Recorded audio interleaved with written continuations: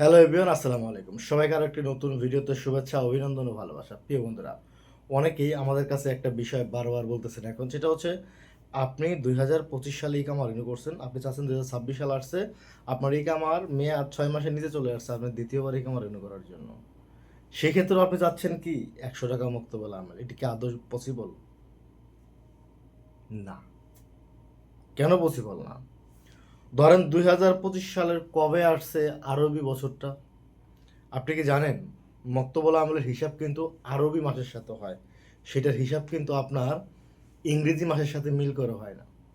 আপনি আরবি এখন 1447 সাল চলে, এই সালের মধ্যে একবার কাট্টামেল নামাইছেন, আপনি 1448 সালে যায় আবার ইকামার রসুম নামাইতে পারবেন, অর্থাৎ কাট্টামেল নামাইতে পারবেন। আপনার কফিল কি বললো না বললো সেটা বিষয় না, বিষয় হচ্ছে সিস্টেম এটি। অনেকেই এই বিষয়টা কেন বলেন, সেটা হচ্ছে হয়তো উনি হিসাব করছে ইংরেজি বছরটা, যেহেতু অ্যাপসেরে ঢুকলে ইংরেজি দিকে আমার ডেটটা দেখে, উনি ওই ইংরেজি হিসাবটাই করছে, কিন্তু না, হিসাব হবে আরবি। আপনি 1447 সালে আমার রসুম নামাইছেন 100 টাকা, 1448 সালে যে আবার একবার নামাইতে পারবেন। কথা ক্লিয়ার?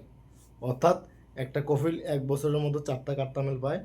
তো 1447 সালে যদি প্রত্যেকটা কাট্টামেল নামাই ফেলে, তাহলে সে ওই 47 সাল আর পাচ্ছে না, 48 সালের অপেক্ষা করতে হবে, অর্থাৎ কোরবানির পরে আরবি নতুন বছর আসবে।